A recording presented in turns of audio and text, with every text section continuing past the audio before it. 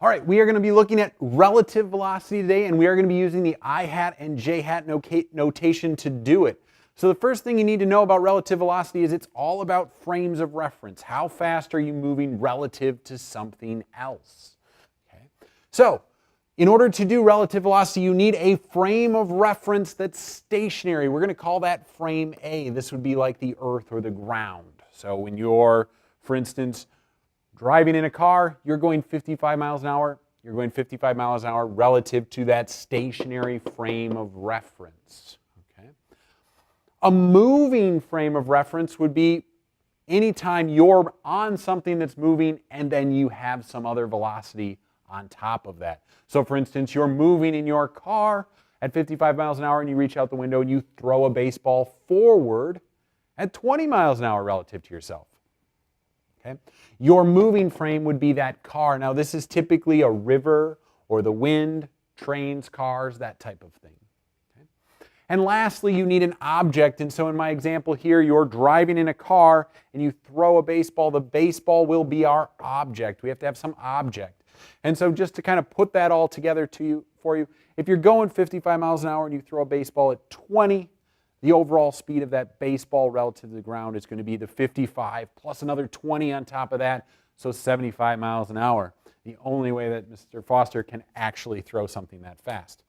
All right, so in order to solve these problems, you need to first identify the stationary, the moving, and the object, and then you need to use our relative velocity equation. Now, we could have multiple frames of reference that are moving, so we could have a C, a D, and so on. In that case, you can still use this equation. It's just going to have a couple more terms that you have to add on. Okay.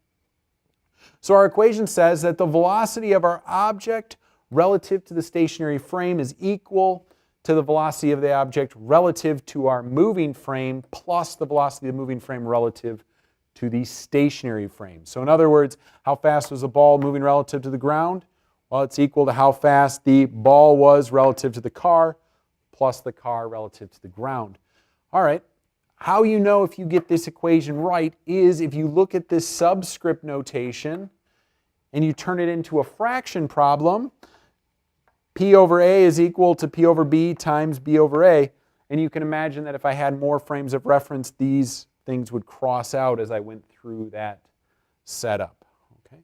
So notice that the B's cancel out. P over A is equal to P over A. The equation checks out for us. So let's go ahead and try one of these, see how it works to identify those frames of reference, and then go ahead and actually use that equation. So here I have an example where a plane has an airspeed, so it has a speedometer that just hangs out the window and sees how fast it's moving relative to the air around it. Okay, and it says it's moving at 100 meters per second at 30 degrees north of east. Okay. The wind speed is going to be 20 meters per second at 10 degrees west of north. So this plane's flying in the air and the air is blowing all at the same time. And I want you to figure out, well, how fast is the plane actually moving relative to the ground? Because you can imagine if you have a tailwind, that's a wind that's blowing with you, you're going to be moving faster in the direction you want to go. If you have a headwind, you're going to be moving slower than you wanted to go. And if you have a wind that's sideways, a shear wind, you might not even be going the direction you think you're going. So how do we set this up? So the plane is going to be our object.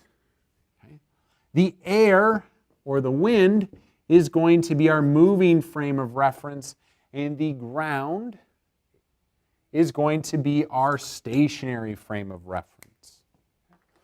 So the first one here tells me about the speed of the plane relative to the air. So this is going to be the velocity of the point relative to the moving frame of reference. Okay. Wind speed would be measured by something on the ground.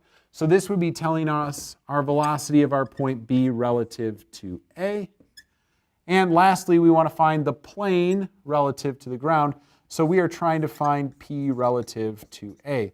Now, in the case that you're ever given something kind of in a flip-flop, so you might be given, for instance, the speed of the ground relative to the air or something like that, where this is A over B or something, What you can do is you can just flip the direction. So add 180 degrees to your direction, and then you can flip the relative sign.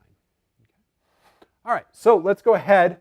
In order to set up this vector sum, I'm going to want to get it in component form in order to make my algebra go a little better. So I first need to get this into an I hat and a j hat. So I'm going to resolve this into its components. So I will have 100 cosine of 30 meters per second I hat plus, because it's in the north, it's going to be a positive as well, 100 sine of 30 j hat. And again, all that's in meters per second. All right. The wind speed, all right, so I have this one here. And in case you don't remember how we resolve into components, let's do this one kind of the old-fashioned way here. So we have to draw our vector, so 10 degrees to the west of north. So I start at north, I rotate 10 degrees west, and that is the direction of my vector, which is 20 meters per second. I need to resolve it into a vertical, or a j hat component, and a horizontal, a I hat component, where this is my 10 degrees. So this side of my triangle over here is going to be 20 times the sine of 10. This side is going to be 20 cosine of 10. And we'll notice that this 20 sine 10 is pointing to the left, or in my negative direction. So this velocity is going to be 20 sine of 10 in the negative direction I hat plus 20 cosine 10 in the positive direction j hat. And again, all of that is in meters per second. And then lastly, we want to find VPA, and so I look over at my equation, I say, oh, VPA is equal to the addition of those two vectors, so I need to add those two vectors together. So if I add 100 cosine 30 and negative 20 sine 10 together, I get 83 I hat. This is my velocity PA. And I get, if I add the other two, these two together, I get 69.7 j hat. And again, all those are in meters per second as well. Now, sometimes this doesn't mean much to people. So what we'll want to do is we'll want to put it back into more of this form of how fast are you going and what direction are you going. Not a component form, but a magnitude and direction form. So in order to do that, I basically draw that little triangle. So I have 83, I have 69.7. And so my magnitude, my velocity is in that direction, with that being my angle.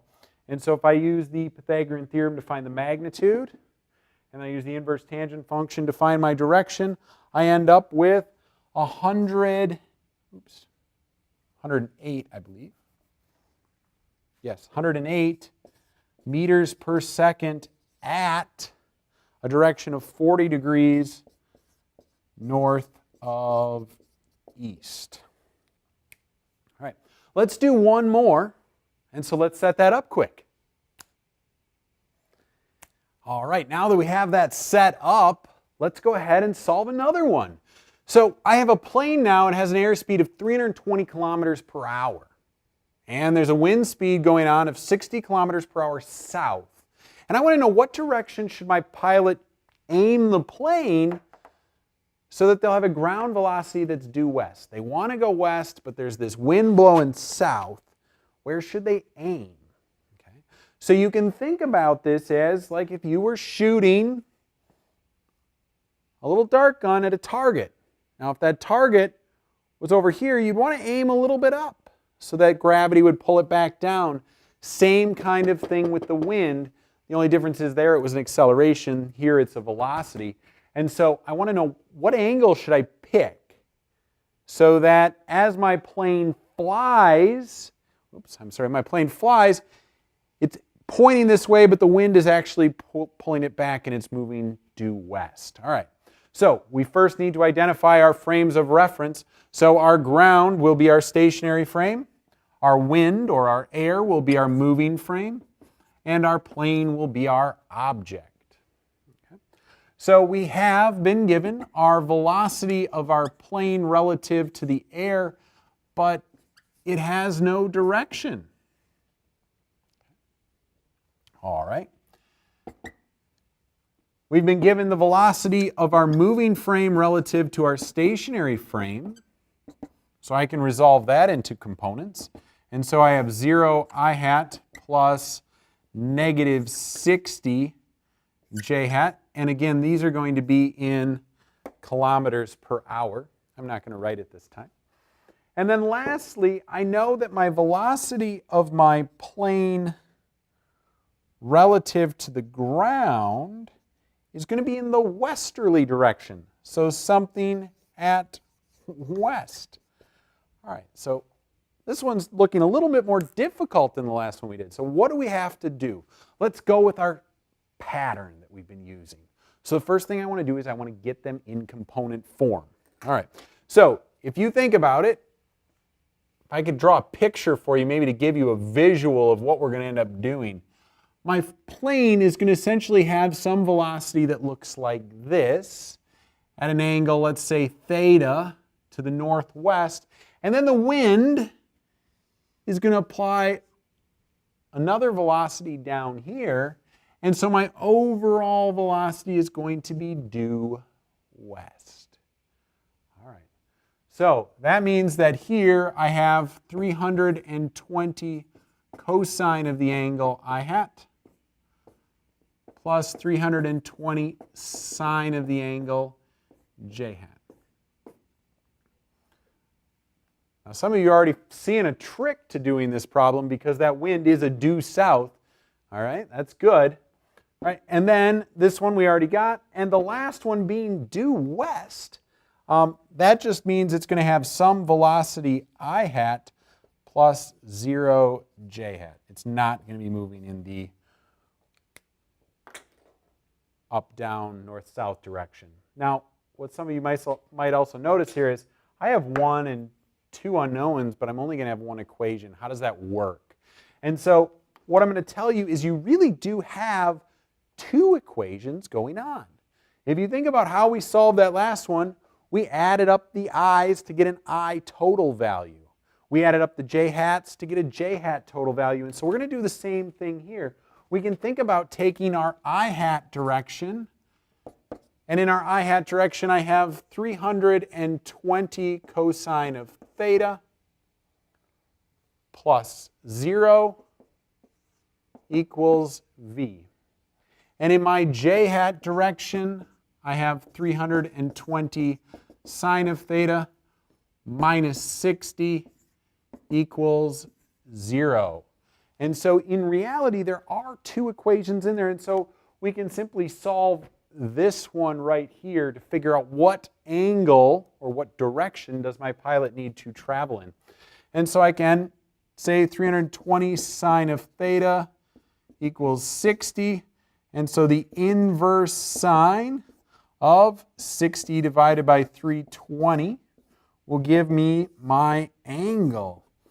And my angle comes out to be 10.8 degrees. And 10.8 degrees, and again, we had kind of already drawn our little picture here. And so it is north of west will be our direction. If you wanted to, you could now use this angle and find the velocity. If you do that, it comes out to be 314 kilometers per hour. And so this pilot, changing their direction to 10.8 degrees north of west, would fly due west in a 60 kilometer per hour south wind, and their overall ground speed would be 314 kilometers per hour west. There are flight computers. They're actually pieces of paper that pilots will use to calculate this stuff. But here we did it the vector way. There you go.